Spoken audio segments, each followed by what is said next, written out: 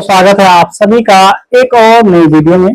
आज के वीडियो में हम लोग Bihar board exam class 9th के ज्योग्राफी के 20 ऑब्जेक्टिव क्वेश्चंस करने वाले हैं और ये सारे के सारे ऑब्जेक्टिव सवाल बहुत ही इंपॉर्टेंट है और ये जितने भी सवाल इसमें हम लाए हैं आपके एग्जाम के लिए बहुत ही इंपॉर्टेंट है और हम लोग कोशिश करेंगे कि एक एक ऑप्शन को देखेंगे और उसको डिटेल में पढ़ेंगे और आगे बढ़ेंगे।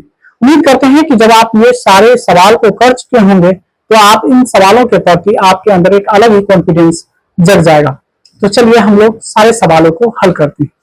देखिए पहला सवाल अगर देखें तो सवाल कहा जा रहा है इसमें कि इनमें से किस राज्य में काली मृदा पाई जाती है। तो काली मृदा के बारे में पूछा जा रहा है कि किस राज्य में काली मृदा पाई जाती है। तो देखिए अगर हम यहाँ पे ऑप्शन को देखें, देखिए गुजरात में जो है काली मृदा पाई जाती है, काली मृदा।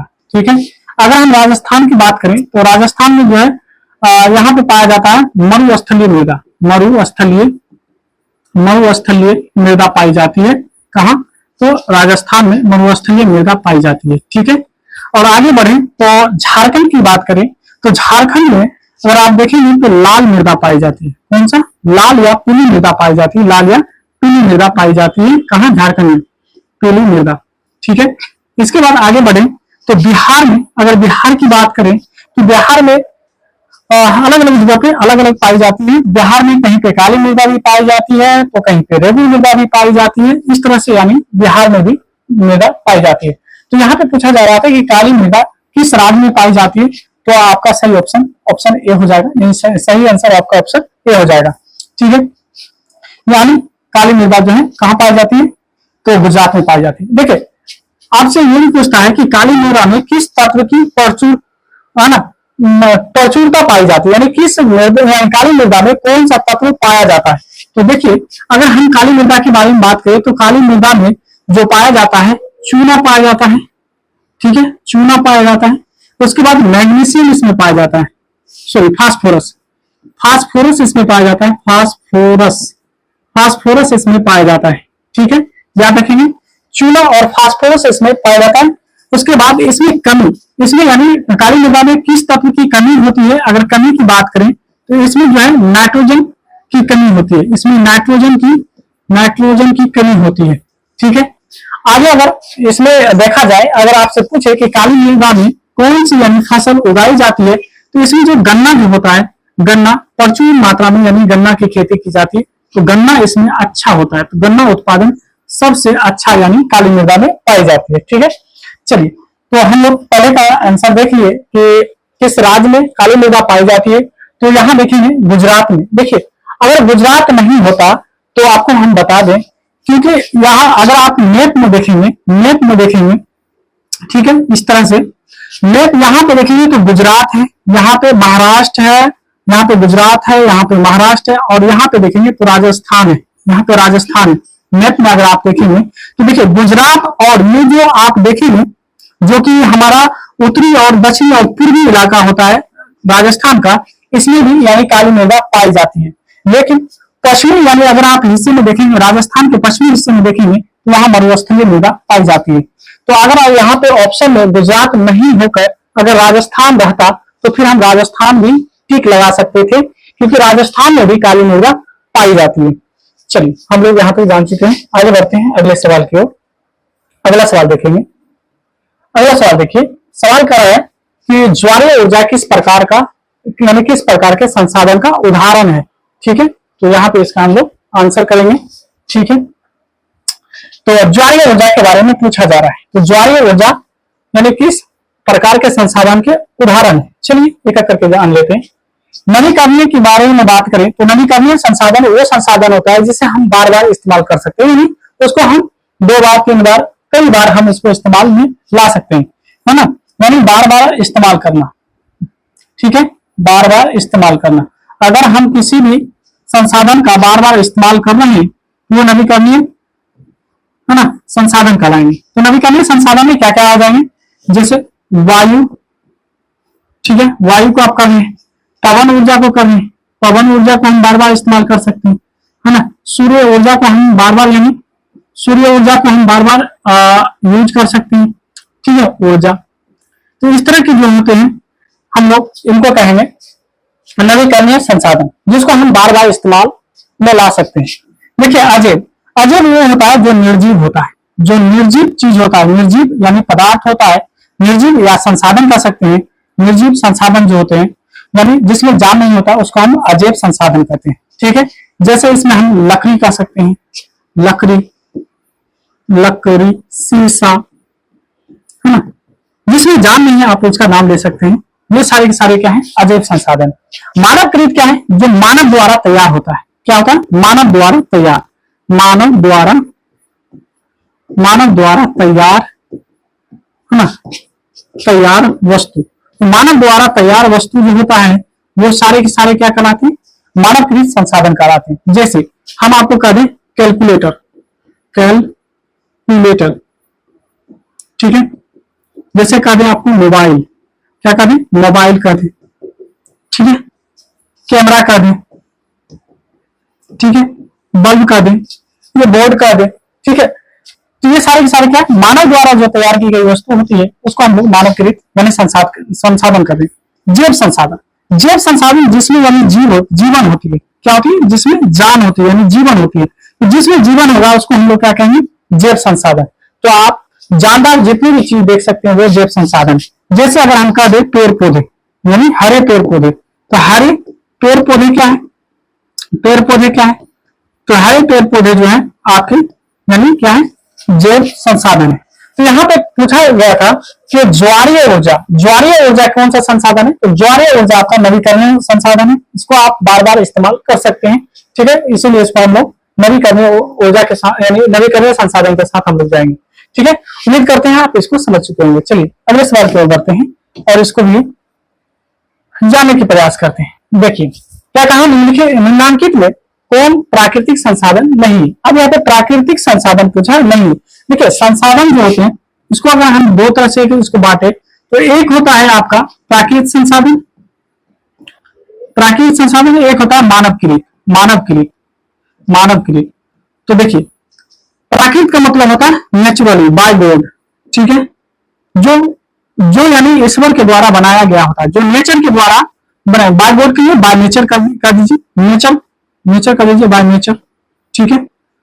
और ये क्या है ना, मैन मेड, ये है मैन मेड है, इंसान के द्वारा, ठीक है, मानव के द्वारा बनाया गया संसाधन आपका क्या होता है, मानवकृत संसाधन कहलाता है। और जो नेचर बनाया है, नेचर के द्वारा जो संसाधन मिला है उसको हम लोग प्राकृतिक संसाधन कहते हैं। तो यहाँ पे पूछा है कि कौन प्राकृतिक संसाधन नहीं। जैसे वन, वन जो है, वन क्या है, तो ये आपका जो है प्राकृतिक संसाधन है क्योंकि ये नेचर के द्वारा मुझे मिला है, वन नेचर के द्वारा मिला है। नदी जो है ये भी हमको नेचर के द्वारा यानी प्राकृतिक संसाधन कराएगा, क्योंकि नदी हम नहीं बनाते हैं, वन हम नहीं बनाते हैं, ठीक है। नगर के बारे में अगर बात करें तो नगर हम लोगों के द्वारा बसाया जाता है, यानी मानव के द्वारा जो है ये बसाया गया है। नगर क्या है, मानव के द्वारा बसाया गया है।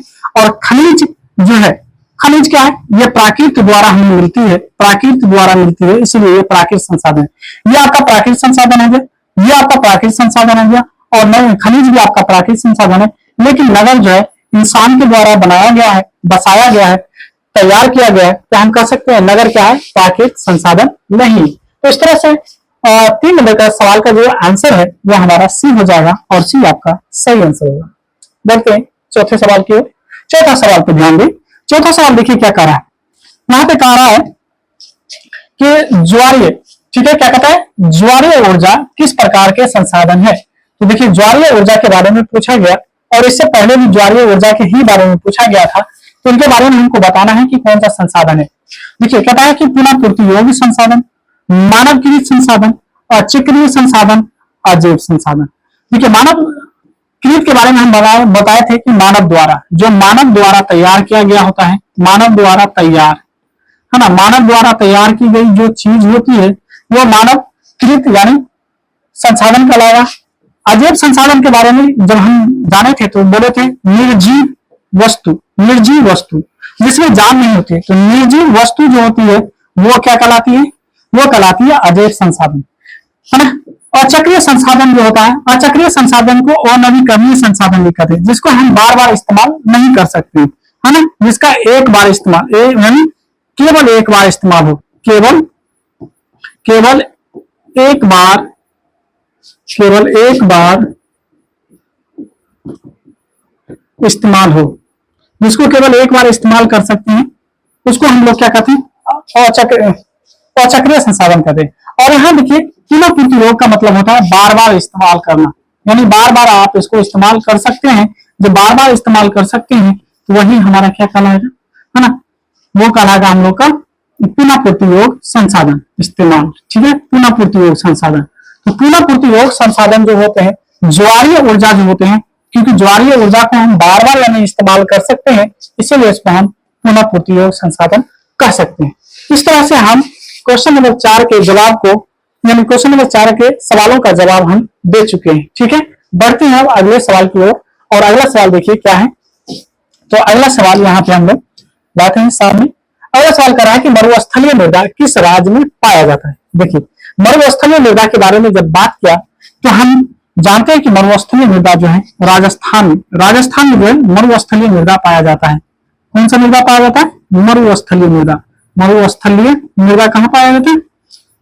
मरुस्थलीय मृदा राजस्थान में पाया जाता है। कर्नाटक के बारे में अगर पूछे कि कर्नाटक में कौन सा मृदा पाया जाता है, तो आपको बता दें कि कर्नाटक में जो मृदा पाया जाता है, यहाँ आप कह सकते हैं कि काली मृदा पाया जाता है। काली मृदा यानी काली मृदा। देखिए, कुछ मृदा ऐसे हैं कि 2-3 राज्य में एक ही तरह यानी 2-3 तरह के यानी जो है मृदा पाया जाता है। जैसे यहाँ आपको बताएं कि मरुस्थलीय मृदा राजस्थान में पाया जाता है, राजस्थान में जो है काली मृदा भी पाई जाती है। ठीक है, तो क्योंकि आप जब आप यानी यहाँ पे देखेंगे, मैप देखेंगे, तो मैप में आप देखेंगे कि बहुत सारे राज्य जो है, जैसे यहाँ पे गुजरात हो गया, जैसे महाराष्ट्र हो गया, जैसे कहने का मतलब जो है कर्नाटक हो गया, गोवा हो गया, तमिलनाडु, इस तरह से केरल, तमिलनाडु, ये इस जितने भी राज्य हैं, तो बहुत सारे ऐसे यानी मृदा है जो कि एक राज्य से दूसरे राज्य तक फैली हुई है। इस तरह से यानी फैली हुई है। तो आप कर्नाटक में काली मृदा भी आप देख सकते हैं। महाराष्ट्र में जो है, यहाँ महाराष्ट्र में जो है इसमें भी काली मृदा पाई जाती है। तो इस तरह से जो है आप आंसर कर सकते हैं। लेकिन यहाँ पे हमसे पूछा गया था कि मरुस्थलीय मृदा जो है राजस्थान में पाया जाता है। तो क्वेश्चन नंबर 5 का सही आंसर जो होगा वो ऑप्शन बी हो जाएगा। बढ़ते हैं अगले सवाल की ओर। अगला सवाल देखेंगे। अगला सवाल देखिए क्या कर रहा है। अगला सवाल कहा जा रहा है यहाँ पे कि देश के बांधों को किसने भारत का मंदिर कहा था। ये एक स्टेटमेंट है, यानी भारत का मंदिर किसने कहा था? किसको? तो देश के बांध को, है ना। तो देश के बांध को किसने भारत का मंदिर कहा था? तो यहाँ पे हम आपको बता दें कि इसका सही आंसर हो जाएगा पंडित जवाहरलाल नेहरू। नेहरू जी क्या बोले थे कि हमारे देश में जितने भी बांध है ना, वो भारत का मंदिर है। ठीक है, तो आपका सही आंसर हो जाएगा ऑप्शन सी। लेकिन इसके अलावा गांधी जी ये भी एक कोट दिए थे, बोले थे कि पेट भरने हमारे पास पेट भरने के लिए बहुत कुछ है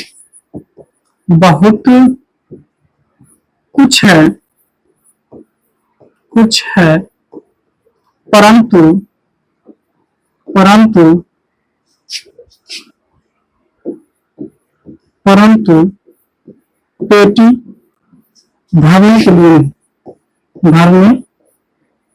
लिए नहीं। ये स्टेटमेंट जो है गांधी जी बोले थे। महात्मा गांधी जी क्या बोले थे कि हमारे पास पेट भरने के लिए बहुत कुछ है परंतु पेटी भरने के लिए नहीं। ऐसा यानी स्टेटमेंट क्यों दिए थे? तो हम मानव में एक प्रवृत्ति पाई जाती है लालच की। तो बहुत सारे लोग क्या किए थे कि हमारे प्रकृति को यानी लालच के लिए, है ना, यानी ज्यादा मुनाफा के लिए या पैसे धन कमाने के लिए पेड़ पौधे को काट कर यानी उस समय बेच रहे थे, नष्ट कर रहे थे।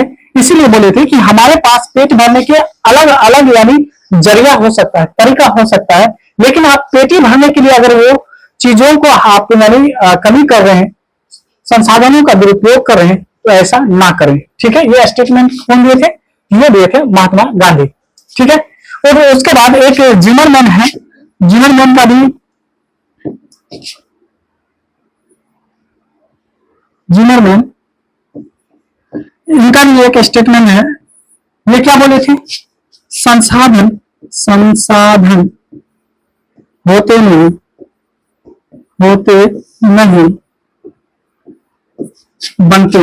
क्या बनते हैं? ये स्टेटमेंट दिए थे कौन? जिमरमैन।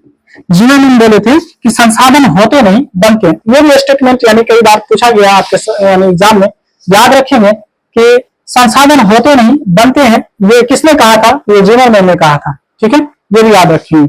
एक और है जो कि नर्मदा बचाओ, है ना, नर्मदा बचाओ, है ना, अभियान, ये भी एक चला था। नर्मदा बचाओ अभियान,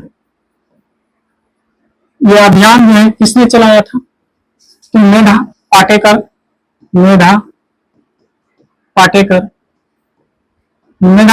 जो है एक अभियान चलाई थी, नर्मदा बचाओ अभियान। नर्मदा बचाओ अभियान ये भी। और एक और पूछता है, चिपको आंदोलन किसने चलाया था? चिपको आंदोलन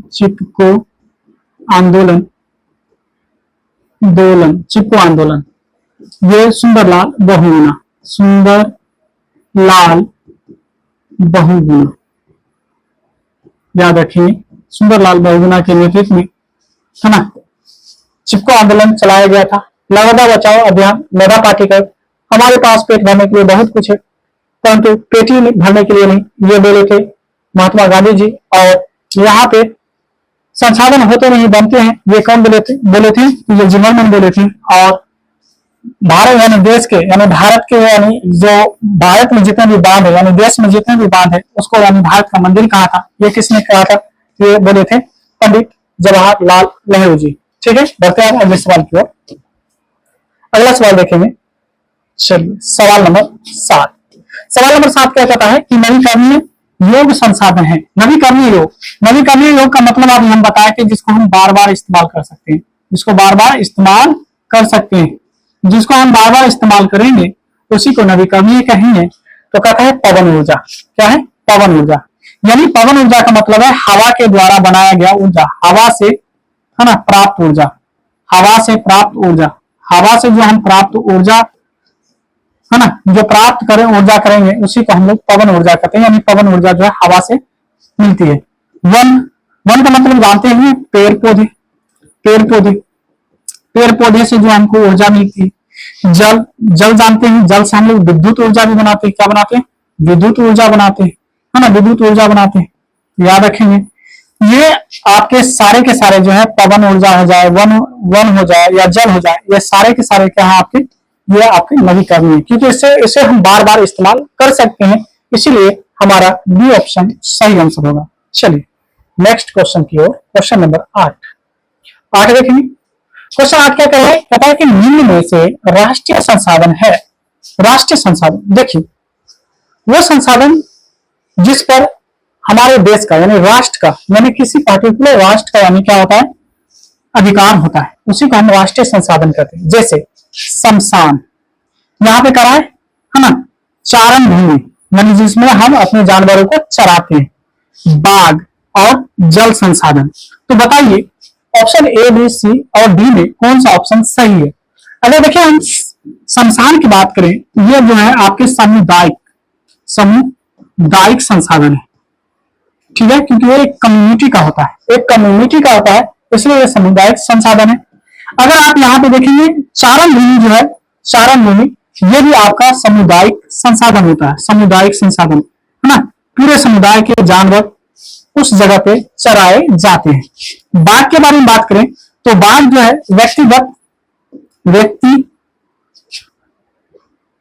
व्यक्तिगत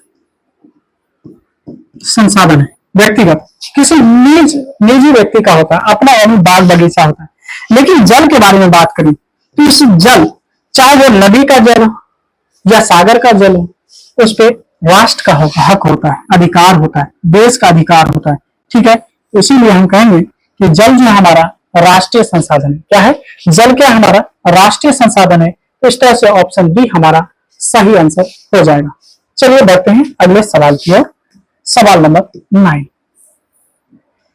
नंबर 9 देखें तो सवाल एक बार देख लें, सवाल क्या कर रहे हैं। तो सवाल यहाँ पर अगर हम देखें तो हम इसको पढ़ के बताते हैं कि लिखा हुआ है कि भारत 2000 यानी एक में, भारत में 2001 में, यानी भारत में हम यहाँ पे लिख देते हैं, भारत में 2001 में कितने प्रतिशत, कितने प्रतिशत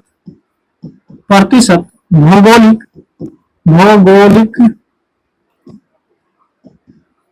क्षेत्र में वन का विस्तार है, में वन का विस्तार था, विस्तार क्या है, विस्तार था। तो आपसे पूछा जा रहा है कि भारत में 2001 में कितने प्रतिशत भौगोलिक क्षेत्र में वन का विस्तार था। कब, तो ये 2001 की बात है। ऑप्शन में देखिए दिया है 25%, ऑप्शन बी में दिया है 19.27%, ऑप्शन सी में दिया है 20% और ऑप्शन डी में दिया है 20.60%। तो आपको हम बता दें कि 2001 में भारत के भौगोलिक क्षेत्र पर जो वन का विस्तार था वो था 19.27%, यानी 19.27% जो था 2001 में, है ना, भारत के भौगोलिक क्षेत्र पर वन का विस्तार था। किसका विस्तार था, तो वन का विस्तार था। चलिए, उम्मीद करते हैं कि आप सवाल को समझ चुके होंगे। बढ़ते हैं अगले सवाल की ओर। ठीक है, सवाल नंबर 10। सवाल नंबर 10 देखिए क्या कहता है। तो सवाल नंबर 10 कहता है कि मृदा अपरदन का कारण है। मृदा अपरदन, अपरदन का मतलब क्षय होना, नष्ट होना, बर्बाद होना।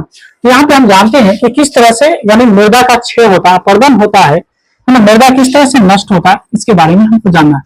तो कहता है कि नदियों में बाढ़ का आना, है ना, बाढ़ आना, वनोन्मूलन के कारण, कृषिगत तरीके से, और कहता है उपयुक्त में से सभी। तो हम आपको बता दें, मृदा का जो अपरदन होता है नदी में बाढ़ आने से भी होता है, वनोन्मूलन से भी होता है, कृषि के गलत तरीके से की गई कृषि से भी यानी अपरदन होता है। तो इस तरह से हम कह सकते हैं कि ऑप्शन बी हमारा सही आंसर हो जाएगा, क्योंकि नदी में बाढ़ आना, वनोन्मूलन और गलत तरीके से की गई कृषि यानी मृदा अपरदन का कारण होता है। इस तरह से हमारा सही आंसर ऑप्शन डी हो जाएगा। बढ़ते हैं नेक्स्ट क्वेश्चन की ओर। और अगला सवाल है हम लोग के सामने 11 नंबर का सवाल कि किस प्राकृतिक संसाधन का भंडार सीमित है, यानी वो कौन सा संसाधन है जो लिमिट है, लिमिटेशन में है। ठीक है, तो संसाधन को बताना है। जैसे कह रहा है खनिज तेल, दूसरा कह रहा है सौर ऊर्जा, तीसरा कह रहा है पवन ऊर्जा और कह रहा है जल ऊर्जा। तो देखिए जल ऊर्जा जो है ये क्या है, अगर आपसे पूछे तो ये जल ऊर्जा जो है नवीकरणीय संसाधन, नवीकरणीय। अगर हम बात करें पवन ऊर्जा, तो पवन ऊर्जा भी नवीकरणीय संसाधन है। सौर ऊर्जा ये भी आपका नवीकरणीय संसाधन है। ठीक है, और अगर हम खनिज देखें तो खनिज जो है आपका अनवीकरणीय संसाधन है। क्या है, अनवीकरणीय संसाधन। क्या अनवीकरणीय संसाधन है। अब जब अनवीकरणीय संसाधन होगा, देखिए नवीकरणीय संसाधन का मतलब होता है जिसे हम बार बार इस्तेमाल कर सकते हैं, जिसको हम बार बार इस्तेमाल कर सकते हैं, है ना, बार बार इस्तेमाल कर सकते हैं, है ना, उसको हम लोग नवीकरणीय कहते हैं। लेकिन जिसको केवल एक बार इस्तेमाल करेंगे और वो नष्ट हो जाए, यानी उसको हम फिर दोबारा इस्तेमाल नहीं कर सकते हैं, जिसको हम है ना बार बार इस्तेमाल नहीं कर सकते हैं, उसी को हम अनवीकरणीय कहते हैं। तो यहाँ पे अगर देखेंगे तो सीमित का मतलब है कि जिसको एक बार इस्तेमाल करेंगे फिर वो दोबारा इस्तेमाल नहीं हो सकता है और इस तरह से वो खत्म हो सकता है। तो हम कह सकते हैं कि खनिज तेल जो है, यानी खनिज तेल हमारा क्या है, संसाधन, अनवीकरणीय संसाधन है, लेकिन ये क्या है, सीमित संसाधन। इसका जो भंडार है बिल्कुल सीमित है। ठीक है, इसीलिए खनिज तेल का दुरुपयोग हमें नहीं करना चाहिए। चलिए बढ़ते हैं अगले सवाल की ओर। सवाल नंबर 11 के बाद 12 देखिए।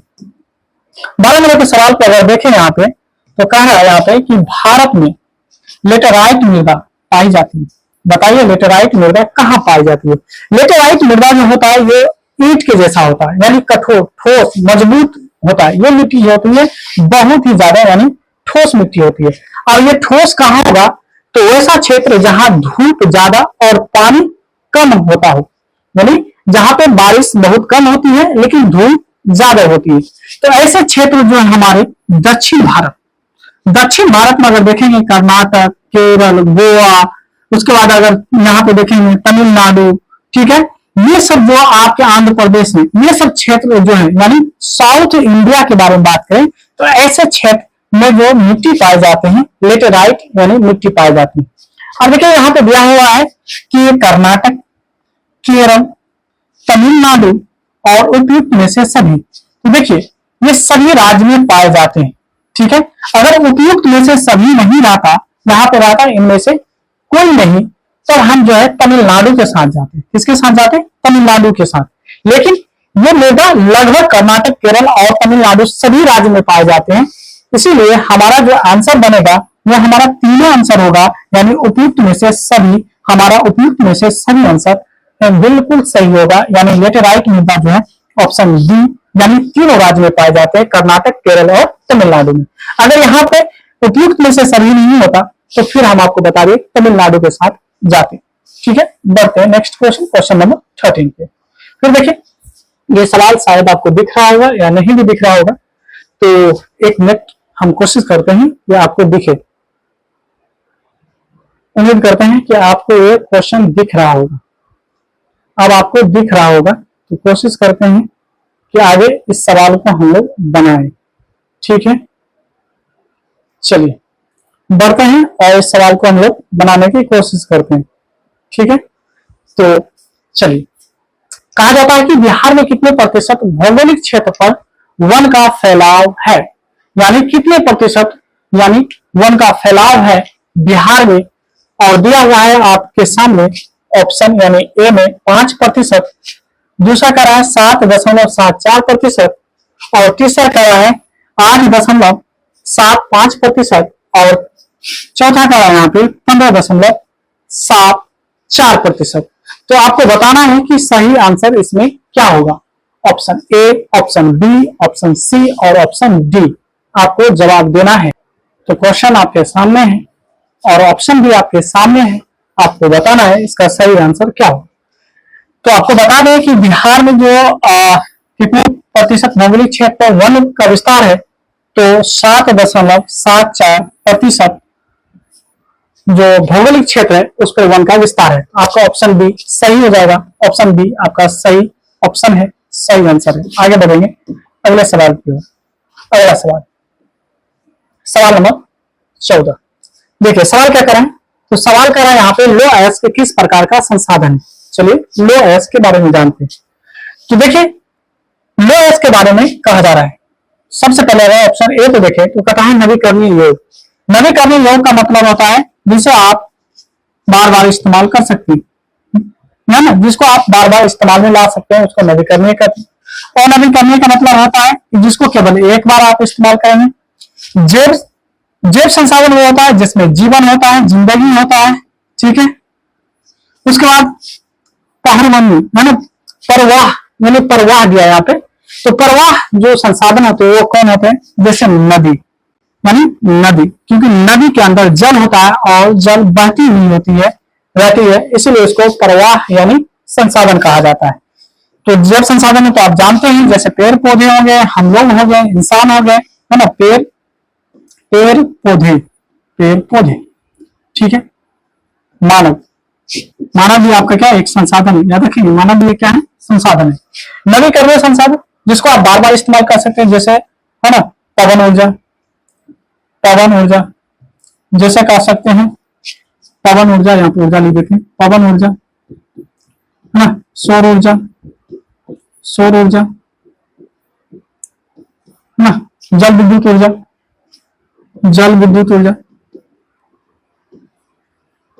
ऊर्जा, ठीक है। उसके बाद और नवीकरणीय में देखेंगे तो खनिज तेल हो गया, अभ्रक हो गया, ठीक है, लौह अयस्क हो गया, तो ये सारे के सारे क्या हो जाएंगे, अयस्क, ये सारे के सारे क्या हो गए और नवीकरणीय। तो यहाँ पे पूछा जा रहा है कि लो अयस्क किस प्रकार का संसाधन है, तो हम कहेंगे कि लो अयस्क को केवल एक बार इस्तेमाल किया जा सकता है, इसे हम बार बार इस्तेमाल नहीं कर सकते हैं, इसलिए ऑप्शन बी आपका सही आंसर हो जाएगा। लो अयस्क जो है वो नवीकरणीय संसाधन। ठीक है, बढ़ते हैं अगले सवाल को, सवाल नंबर 15। सवाल 15 क्या करें, तो कह रहा है कि भारत के किस राज्य में वन का सबसे अधिक विस्तार है। देखिए वन के बारे में पूछा गया है, वन का विस्तार सबसे अधिक कहाँ है, सबसे ज्यादा वन कहाँ पाया जाता है, तो इसका आंसर हो जाएगा मध्य प्रदेश, यानी एमपी, मध्य प्रदेश में सबसे ज्यादा वन का विस्तार है। अगर एक सवाल और पूछ दे कि सबसे है ना किस राज्य में वन का सबसे अधिक घनत्व अगर पूछ दे, घनत्व है ना, कह रहा है किस राज्य में वन का घनत्व सबसे अधिक है, तो याद रखिएगा वो हम जाएंगे किसके साथ, तो जाएंगे अरुणाचल प्रदेश के साथ। अरुणाचल प्रदेश, अरुणाचल प्रदेश में जो है ना वन का जो घनत्व है वो सबसे ज्यादा है। लेकिन आपसे पूछेगा कि किस राज्य में सबसे ज्यादा वन का विस्तार है, वन का विस्तार सबसे ज्यादा किस राज्य में है, तो हम मध्य प्रदेश के साथ जाएंगे, है ना। और सबसे ज्यादा टाइगर किस राज्य में पाया जाता है, तो याद रखिएगा टाइगर सबसे ज्यादा जो है वो भी पाया जाता है मध्य प्रदेश में। मध्य प्रदेश में टाइगर भी सबसे ज्यादा पाया जाता है, याद रखिए। बढ़ते हैं अगले सवाल की ओर, सवाल नंबर 16। 16 कहा है कि स्वामित्व के आधार पर संसाधन कितने प्रकार के होते हैं। स्वामित्व के आधार पर संसाधन कितने प्रकार के होते हैं, तो आपको वो बता दें कि स्वामित्व के आधार पर संसाधन जो होते हैं 4 प्रकार के होते हैं। कौन कौन सा, तो व्यक्तिगत संसाधन, दूसरा होता है सामुदायिक संसाधन, तीसरा होता है राष्ट्रीय संसाधन, और चौथा होता है अंतरराष्ट्रीय संसाधन। क्या होता है, अंतरराष्ट्रीय संसाधन। तो याद रखेंगे स्वामित्व के आधार पर संसाधन जो है 4 प्रकार के होते हैं, इसीलिए हमारा ऑप्शन जो है सही होगा। अगर हम 2 के बारे में बात करें तो 2 जो है किसके आधार पर, ये उत्पत्ति के आधार पर संसाधन 2 प्रकार के, ये भी याद रखेंगे। उत्पत्ति के आधार पर संसाधन 2 प्रकार के होते हैं, और वो दोनों क्या होते हैं, तो पहला होता है जैव संसाधन और दूसरा होता है अजैव संसाधन, ये भी आप याद रखेंगे। और उत्पत्ति के आधार पर पूछेगा तो 2, और स्वामित्व के आधार पर पूछेगा तो 4। वो 4 क्या है, तो व्यक्तिगत संसाधन, सामुदायिक संसाधन, राष्ट्रीय संसाधन और अंतरराष्ट्रीय संसाधन, ये 4 होते हैं। ठीक है, बढ़ते हैं सवाल नंबर 17 पे।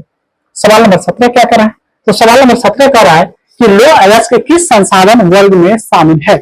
लो अयस्क जो है किस संसाधन वर्ग में शामिल है, क्या वो नवीकरणीय संसाधन वर्ग में शामिल है, क्या वो अजैव संसाधन वर्ग में शामिल है, या अनवीकरणीय संसाधन वर्ग में शामिल है, या मानवकृत संसाधन वर्ग में शामिल है। तो ऑप्शन ABCD आपके सामने है, आपको इसका जवाब देना है।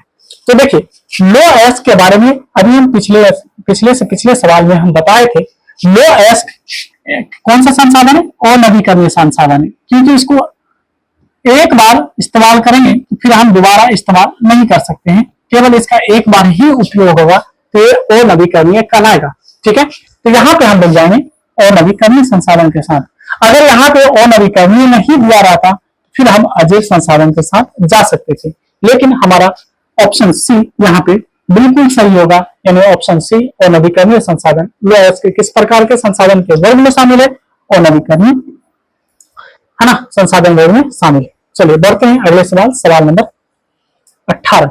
सवाल नंबर 18 देखें तो सवाल कहता है यहाँ पे कि किस कमीशन ने सतत पोषणीय विकास की अवधारणा प्रस्तुत की, यानी किस कमीशन ने सतत पोषणीय विकास की अवधारणा को यानी प्रस्तुत किया था। तो आपको बता दें कि ब्रूटलैंड कमीशन था, जो कि 1968 में ब्रूटलैंड कमीशन ने यानी सतत पोषणीय विकास की अवधारणा को यानी प्रस्तुत किया था। ठीक है, बढ़ते हैं नेक्स्ट क्वेश्चन की तरफ।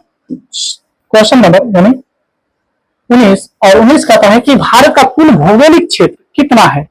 भारत का कुल भौगोलिक क्षेत्र कितना है, हम जो देखते हैं हमारा जो मैप है, ठीक है, हमारा जो मैप है, ठीक है, यहाँ पे अगर देखेंगे,